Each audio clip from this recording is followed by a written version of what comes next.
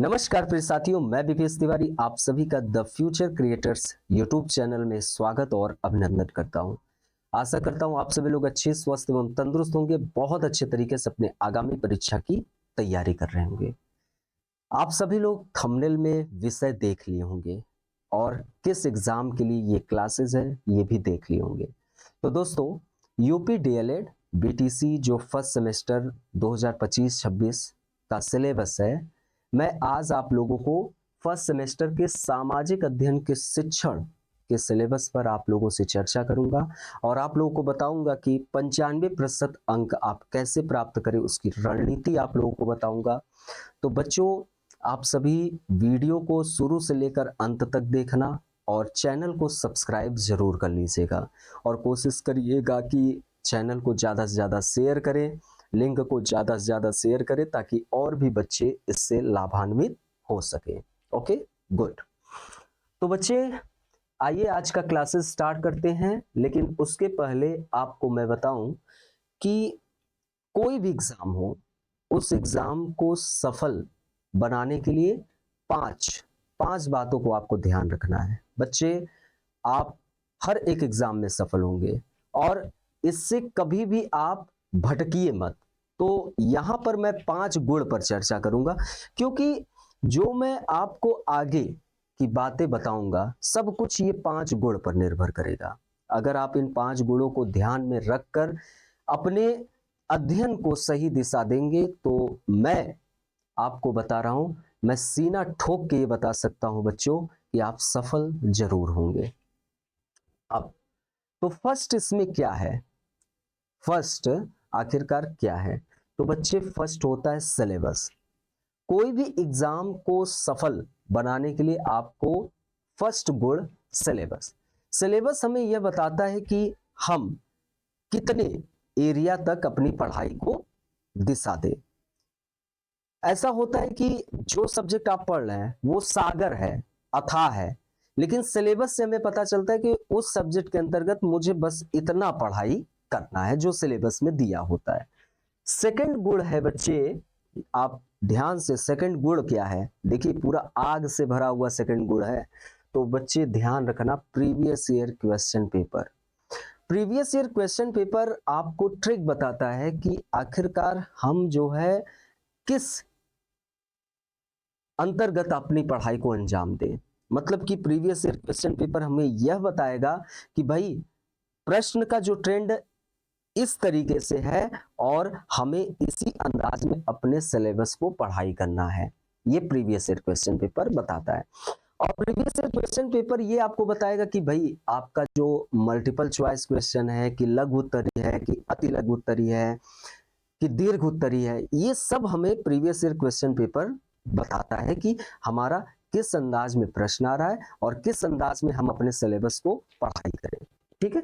Third quality, जो कि भरपूर आग से भरा हुआ है। ठीक है, तो ये है थर्ड, रिवीजन। अक्सर बचपन में हमारी माता जी कहा करती थी कि बेटा रोटी क्यों जला? तो मैं कहता था कि रोटी इसलिए जला क्योंकि पलटा नहीं गया। तो बच्चे ये बताओ, ज्ञान आपसे गायब क्यों हुआ? तो मैं बोला कि हाँ माँ, फेरा नहीं गया इसलिए।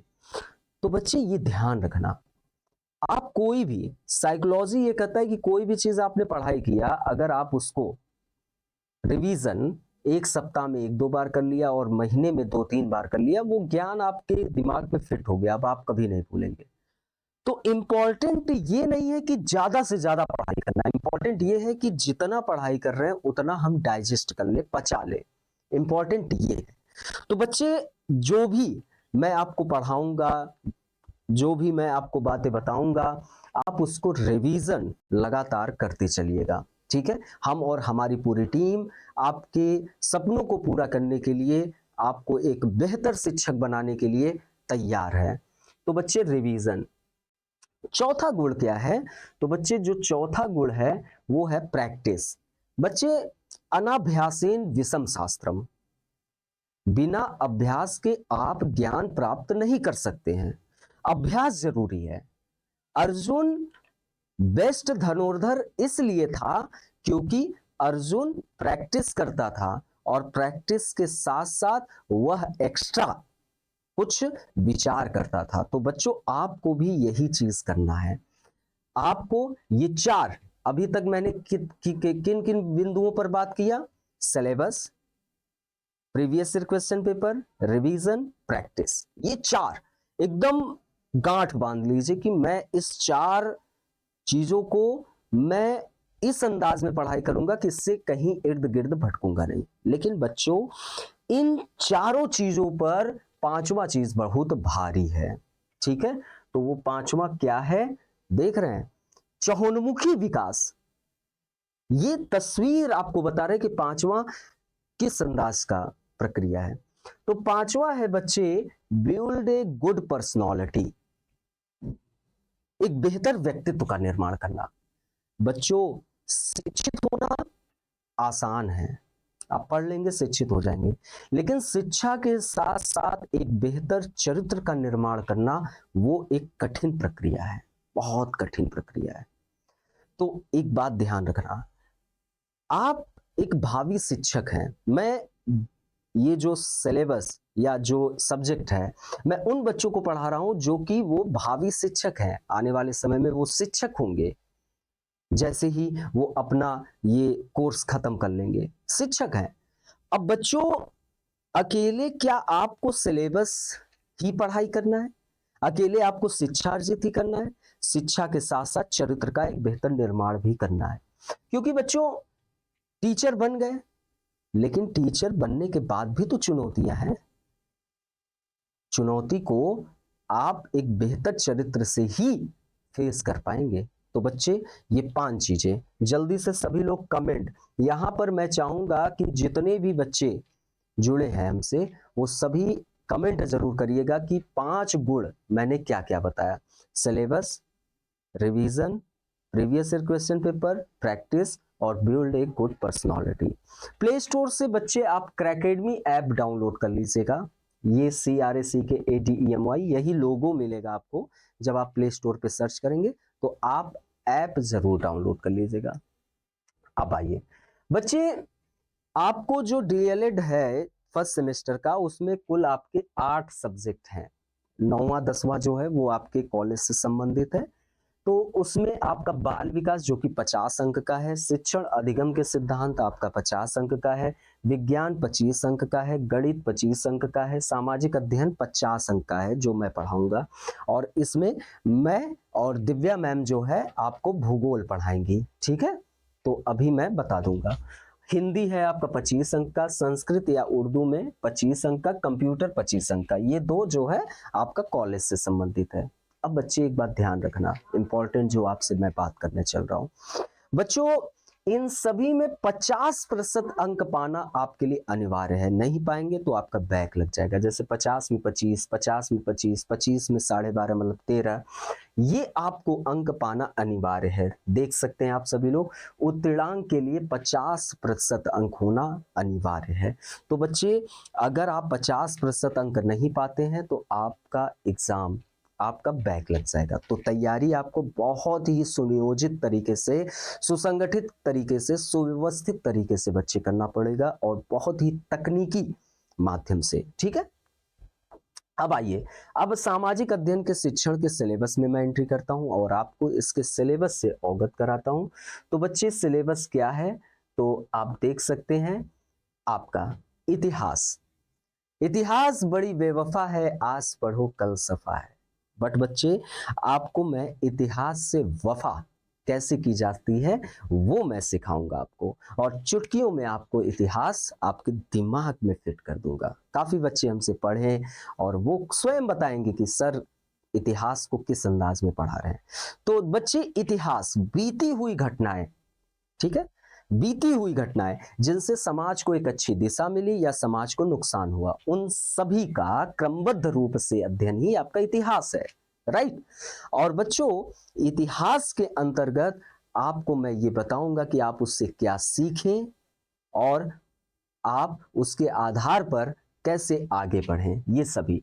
तो पहले आपको इतिहास का अर्थ बताया जाएगा कि आखिरकार इसकी मीनिंग क्या है, महत्व एवं जानने के स्रोत जिसमें आपको पुरातात्विक इतिहास का महत्व बताने के बाद कि इतिहास से आप क्या सीख सकते हैं, इसके बाद आपके इसके स्रोत जानने के स्रोत जैसे पुरातात्विक और साहित्यिक साक्ष्य होते हैं, तो इस पर मैं प्रकाश डालूंगा और बताऊंगा कि क्या है। और बच्चे पुरातात्विक मुद्रा एवं अभिलेख, साहित्यिक विवरण, विदेशी यात्रियों का विवरण, तिथि निर्धारण पद्धतियां, ये आपका फर्स्ट टॉपिक हो गया। सेकंड, पृथ्वी पर मानव की उत्पत्ति एवं विकास जैसे पाषाण या प्रस्तर काल, ताम्र एवं कांस्य युग, लौह युग, ये मैं आपको बताऊंगा। क्योंकि बच्चे देखो, जो पाषाण काल है, पाषाण काल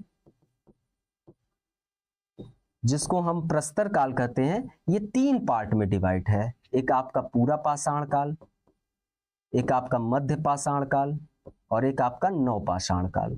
ठीक है, नवपाषाण काल। तो बच्चे ये 3 पार्ट में है, इसको मैं तीनों पार्ट में आपको बताऊंगा। प्लस नवपाषाण काल और बच्चे नवपाषाण काल और कांस्य युग के बीच एक आपका संक्रमण काल था। नवपाषाण काल और कांस्य युग के बीच एक संक्रमण काल था, जिसको हम क्या कहते हैं, ताम्रपाषाण काल, जिसको हम क्या कहते हैं, ताम्रपाषाण काल। ठीक है, और बच्चे ये ध्यान रखना, ये जो कांस्य युग है, ये तांबे और टीन से निर्मित होकर कांसा बना, जो कि इतिहास के युग में एक बहुत बड़ा परिवर्तन का मोड़ लिया। और फिर उसके बाद बच्चे आपका लौह युग आता है, जिसको मैं आपको डिटेल में बताऊंगा जब आप लोगों का क्लासेस स्टार्ट होगा। ठीक है, उसमें आपको डिटेल में चर्चाएं की जाएंगी। फिर बच्चे नदी घाटी की सभ्यताओं में जैसे सिंधु घाटी की सभ्यताएं, ठीक है, सिंधु घाटी की सभ्यताएं आपको डिटेल में बताई जाएगी। मेसोपोटामिया की सभ्यता, मिस्र की सभ्यता और चीन की सभ्यता।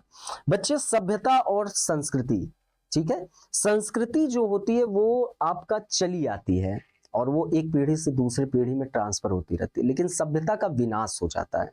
जैसे ही कोई भूकंप आता है तो फिर उसके बाद हम उसको पूरा तात्विक साक्ष्य के माध्यम से, खुदाई के माध्यम से पता करते हैं कि ये जो सभ्यता था किस युग का था। ठीक है, आएंगे सिलेबस में जब टॉपिक ओरिएंटेड तो बताएंगे। फिर वैदिक युग बच्चे, इसमें पूर्व एवं उत्तर वैदिक युग, इसको बताएंगे। जैसे आपका पूर्व वैदिक युग जो था वो ऋग वैदिक काल था, ठीक है, इसमें डिटेल में चर्चा करेंगे। फिर आपका उत्तर वैदिक युग में कई विकृतियां आती हैं, तो कर्मकांड में कई विकृतियां आती हैं, काफ़ी समस्याएं आती हैं, तो उन सब पर भी आपको डिटेल में चर्चाएं की जाएंगी। फिर उसके बाद महाजनपद काल, जैसे आपका 16 महाजनपद, अंग, मगध, काशी, कौशल, वज्र, मल, चेदी, वत्सकुर, पांचाल, सुरसेन, गंधार, कंबोज, अस्मक, अवंती, इसमें डिटेल में आपको चर्चाएं की जाएंगी।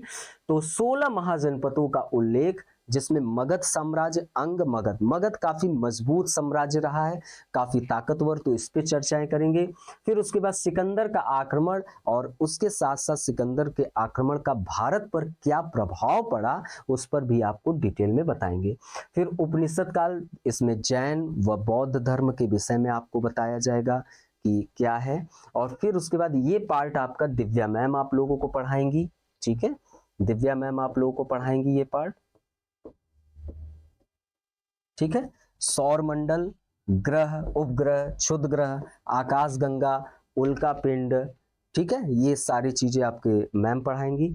मानचित्र का अर्थ एवं दिशाओं का ज्ञान, मानचित्रण, ये अक्षांश एवं देशांतर रेखाएं, ये डिटेल में बताएंगी। क्या, कितनी और क्यों, GMT, IST, international deadline, time zones, prime meridian, ये सारी चीजें। पृथ्वी पर ताप गठबंध, गोलार्ध एवं ध्रुव, पृथ्वी की गतियां, परिभ्रमण, परिक्रमण, क्या, क्यों, कैसे, इसका परिणाम, महाद्वीप, महासागर, एशिया महाद्वीप में भारत स्थिति एवं विस्तार, पड़ोसी देश, धरातल, जलवायु, वनस्पति एवं वन्यजीव, और खगोलीय संगठन में कुछ इंपॉर्टेंट जैसे नासा, इसरो, इसके विषय में मैम आपको डिटेल में पढ़ाएंगी। फिर उसके बाद मेरा जो टर्म आएगा मैं इसमें पढ़ाऊंगा ग्रामीण एवं नगरीय जीवन शैली। जो जीवन शैली है वो 2 पार्ट में डिवाइड है, एक गांव का, एक नगर का। अब गांव की जीवन शैली में आप लोगों को बहुत अच्छे से पता है, आप में से काफी बच्चे गांव से भी जुड़े हैं, नगर से भी जुड़े हैं। गांव में जैसे लाइट का अभाव है, है ना। गांव में क्या है, सड़कें जो हैं काफी समस्याएं में रहती है। गांव में क्या है, लोग कृषि किसानी से ज्यादा जुड़े रहते हैं, क्योंकि उनके पास उद्योग के संसाधन में जो किसानी है वही ज्यादा है। नगर में जो है काफी वो क्या कहते हैं, उद्योग का क्षेत्र होता है, औद्योगिक होता है। तो ये पूरी जीवन शैली, लोगों का लाइफस्टाइल कैसे होता है, ये सारी चीजों पे आप लोगों से चर्चा की जाएगी। फिर उसके बाद ग्रामीण जीवन में पंचायती राज व्यवस्था, ग्राम पंचायत, क्षेत्र पंचायत, जिला पंचायत का गठन एवं मुख्य कार्य ये बताया जाएगा।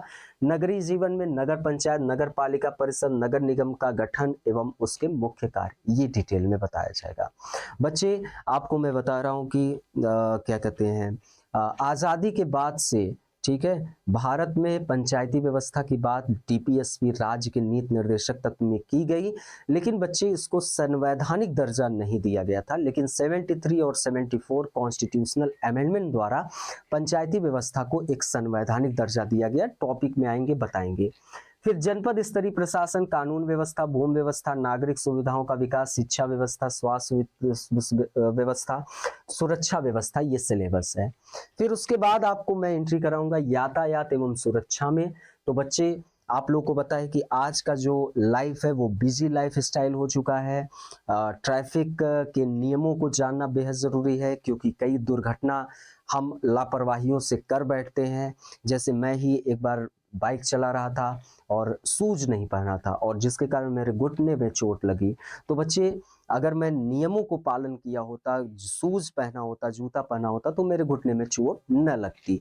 तो इन नियमों को फॉलो करना। हेलमेट का प्रयोग, जैसे लाल बत्ती, हरी बत्ती, नीली बत्ती, इसका क्या प्रक्रिया है, इन सभी की जानकारी होना जरूरी है। तो सड़क यातायात के नियमों एवं संकेतों को आपको जानकारी देंगे। सड़क दुर्घटना के बचाव हेतु क्या हम सावधानियां बरतें, ये बताएंगे। रेल यातायात, आप लोग को पता है कि रेलवे क्रॉसिंग के संकेतों की जानकारी न होने से भी कई लोगों की दुर्घटना हो जाती है। तो रेल यात्रा करते समय क्या सावधानियां, यातायात संकेतों की जानकारी, ये डिटेल में आपको बताया जाएगा। फिर बच्चे आ जाएंगे अर्थशास्त्र। आप लोग को पता है कि इकोनॉमिक्स अर्थशास्त्र के जनक कौन थे? एडम स्मिथ थे। उन्होंने द वेल्थ ऑफ नेशन में जो उनकी प्रमुख पुस्तक है, चर्चित पुस्तक है, उसमें उन्होंने अर्थशास्त्र को धन का विज्ञान कहा। अर्थात कि धन का आप कितना सुसंगठित, सुव्यवस्थित तरीके से प्रयोग कर रहे हैं, वही आपका अर्थशास्त्र है। बट बच्चे यहाँ पर मैं एक इंपॉर्टेंट बात आपको बताऊंगा। अर्थशास्त्र को मैं एक परिभाषा आपको बता रहा हूं कि सीमित संसाधन का आप बुद्धिमत्तापूर्ण प्रयोग करके जब आप इष्टतम लाभ की ओर आगे बढ़ते हैं, दैट इज कॉल्ड आपका अर्थशास्त्र। और अर्थव्यवस्था, एक पार्टिकुलर भौगोलिक क्षेत्र में जब हम अर्थशास्त्र के सिद्धांत का प्रयोग करते हैं, व्यवहारिक रूप से प्रयोग करते हैं, वही अर्थव्यवस्था कहलाता है। जैसे भारतीय अर्थव्यवस्था, चीनी अर्थव्यवस्था, अमेरिकन अर्थव्यवस्था। तो अर्थशास्त्र का परिचय, अर्थशास्त्र का अभ्युदय, विभिन्न अर्थशास्त्रियों के दृष्टिकोण में अर्थशास्त्र क्या है, प्रसिद्ध अर्थशास्त्रियों का अर्थशास्त्र में योगदान, जैसे Adam Smith, Alfred Marshall, Robbins, J K Mehta, Amrit Sen जो कि भारतीय थे, इन सब का। फिर उसके बाद national income, per capita income, GDP, gross domestic product, net domestic product, सकल घरेलू उत्पाद, सकल राष्ट्रीय उत्पाद, शुद्ध राष्ट्रीय उत्पाद, व्यक्तिगत आय, व्यय योग्य आय, राष्ट्रीय आय व आर्थिक विकास। इन टॉपिक पर डिटेल में आपको बच्चे बताएंगे। आपको इतना बता रहे हैं कि मैं आपको इन सब टॉपिक को इस अंदाज में पढ़ा दूंगा ना कि आप एकदम कहेंगे कि अरे वाह सर। तो बच्चे अब आप लोगों को मैंने प्रारंभ में बताया था कि 5 गुण होने चाहिए। फर्स्ट आपको बताया था सिलेबस। तो सिलेबस में आपको बता दिया, इसके अकॉर्डिंग आपका कार्य होगा, इसके अकॉर्डिंग हम लोगों को चलना है, इसी के अकॉर्डिंग हम लोगों को कार्य करना है। ठीक है। सेकंड आप लोगों को बताया था प्रीवियस ईयर क्वेश्चन पेपर। तो आपका जो बीटीसी एग्जाम होता है उसमें पीवाईक्यू आप ओपन करेंगे तो 3 टाइप के प्रश्न होते हैं। एक बच्चे आपका एमसीक्यू बेस्ड होता है, एक आपका एमसीक्यू बेस्ड होता है, जैसे ये एमसीक्यू बेस्ड है। ठीक है। फिर उसके बाद आपका क्या रहेगा? हाँ, अति लघु उत्तरीय प्रश्न रहेगा। ठीक है। फिर आपका अति लघु उत्तरीय रहेगा जिसमें आपसे प्रश्न दिया रहेगा और कम शब्दों में आपको जवाब देना है। ठीक है। और एक फिर उसके बाद आपका लघु उत्तरी प्रश्न। ठीक है, तो ये 3 टाइप के आपके प्रश्न होंगे पीवाईक्यू। तो पीवाईक्यू आप लोगों को बहुत अच्छे से ध्यान से देखते हुए चलना है, क्योंकि पीवाईक्यू ही हमें बताएगा कि कैसे किस प्रकार के ट्रेंड प्रश्न होते हैं। तो आपका जो प्रश्न पूछने का तरीका है ये है, जैसे मैं आपको जैन धर्म और बौद्ध धर्म पढ़ा देंगे तो ये टॉपिक आप आसानी से बता देंगे कि त्रिपिटक ग्रंथ किससे संबंधित है। अब जैसे मैं आदिमानव का मुख्य सहयोगी जानवर, जब मैं आपको पाषाण काल, पूरा पाषाण काल, मध्य पाषाण काल पढ़ा देंगे तो इसका आप जानकारी आसानी से दे देंगे। कंफ्यूशस किस देश का रहने वाला था? गुफू, फूसी जापान, चीनी और भारत। तो जब हम आपको चीनी सभ्यता पढ़ा देंगे तो आप इसके प्रश्न का आसानी से जवाब दे देंगे। अति लघुत्तरी प्रश्न में आपका, जब हम आपको वैदिक सभ्यता बता देंगे तो आप आसानी से इस प्रश्न का जवाब दे देंगे। अर्थशास्त्र जब मैं पढ़ा दूंगा तब आप दे देंगे। पाषाण काल कितने भागों में बटा था, अभी मैंने बताया ही आपको, जब पढ़ाएंगे तो बता देंगे। मेसोपोटामिया सभ्यता किस नदी घाटी में विकसित हुआ, तो आपको जब मैं पढ़ा दूंगा तो आसानी से दे देंगे। लघु उत्तरी में सप्त सैंधव नदियां, जब सिंधु घाटी सभ्यता बता देंगे तब आप जान जाएंगे। ये मैम आपको पढ़ा देंगी वैदिक युग नदियों के, मतलब कुछ प्रश्न आपके सामने रखे थे और मैंने आपको बता दिया कि इस टाइप के प्रश्न पूछे जाएंगे। जब मैं इन टॉपिक को पढ़ा दूंगा तो आप लोग आसानी से बता लेंगे। आप लोग का बैच स्टार्ट हो चुका है, तो बच्चों मिलते हैं अपने नेक्स्ट लेक्चर में। आशा करता हूं आप लोगों को ये क्लासेस बहुत अच्छे से समझ में आ गई होगी, बस आप अच्छे से इन सभी चीजों को पढ़िए। तो मिलते हैं अपने नेक्स्ट लेक्चर में, तब तक के लिए नमस्कार, बाय बाय, जय।